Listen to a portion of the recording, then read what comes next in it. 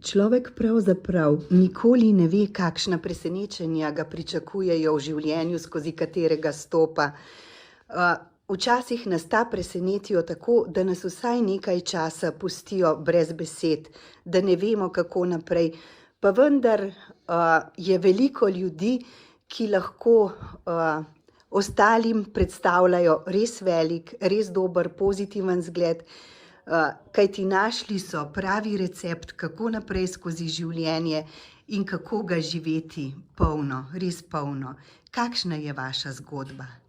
Ja, moja zgodba je tako zelo zanimiva. Jaz sem dosti dobro videla do nekje proti začetku pubertete, se je začela razvijati ta strašna bolezen, ki je danes pa seveda moja prijateljica in vsakodnevno se z njo pogovarjava in srečujeva in vse.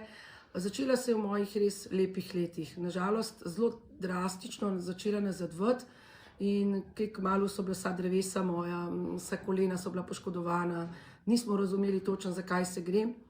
Imela sem srečo, da sem imela starše, ki so mi pomagali, da so me peljali tudi na zdravljenje v tujino, ampak seveda kaj kmalu smo ugotovili, da retinopatija pigmentoza je genska bolezen, ki pa se ne da nikjer ozdraviti, kljub Rusiji, Nemčiji in tako naprej.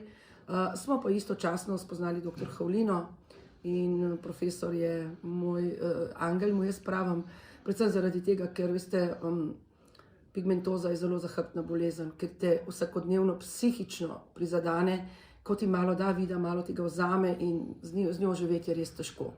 Zdaj, potem sem kar obupavala, ni bilo samo to, kaj kmalu sem zbolela tudi še za drugimi boleznimi, ena od hujših je bil tudi rak, ki sem ga mogla premagati. Jaz to pravim, da to pač je samo zato, da sem še močnejša. Danes živim življenje grofice na svojem gradu, grad Dvor, na katerem se danes nahajamo in živim samo pozitivno, razgledam samo pozitivno. To se pravi, da zjutraj, ko se zbudim, si rečem, ne, kar lepo, ti boš danes ostala doma, jaz grem, zvečer se bova pa spet srečali in se bova pogovorili. Tako nekako jemljem to mojo bolezen in tudi danes sem se že parkrat zaletela pa udarila, ampak ona je doma, je ni z mano, tako da ji bom to zvečer povedala.